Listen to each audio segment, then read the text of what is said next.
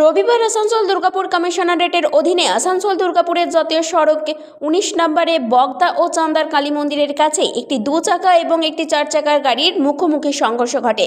ঘটনায় আহত মোটর চালক ও তার সাথে থাকা একজন। দুজনকে আসানসোল জেলা হাসপাতালে ভর্তি করা হয়।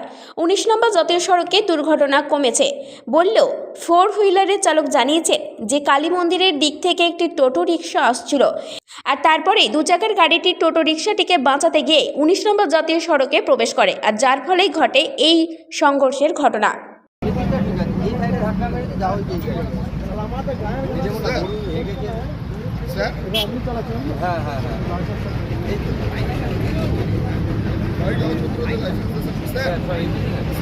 ওরা ফার্স্টে টোটোতে মেরেছে, ওরা প্রচন্ড জোরে আসছিল। আমি জাস্ট ভাইকে বলছি, ভাই দেখ কিভাবে যাচ্ছে উইদাউট হেল্প। এখানে একটা গরু মেরেছে, এই গরুটা মেরে এটা ফাটিয়েছে। মানে গাড়িটা যখন বলতে আসছে গরুটা পার হচ্ছে, ভয় দিয়ে এখানে মেরেছে। আর মিডিল লেন দিয়ে যখন সাইড দিয়ে মেরেছে হ্যাঁ ওই গলিতে একটা টোটো বা অটো বেরিয়েছে, যার সাথে ওই গলিতে একদম ওই সামনে মোড়টা।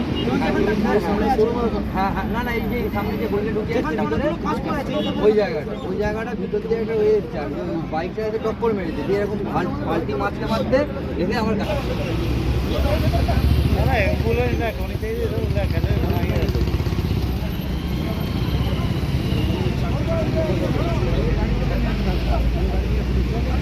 আসানসোল থেকে সঞ্জয় যাদবের রিপোর্ট, 99 নিউজ বাংলা।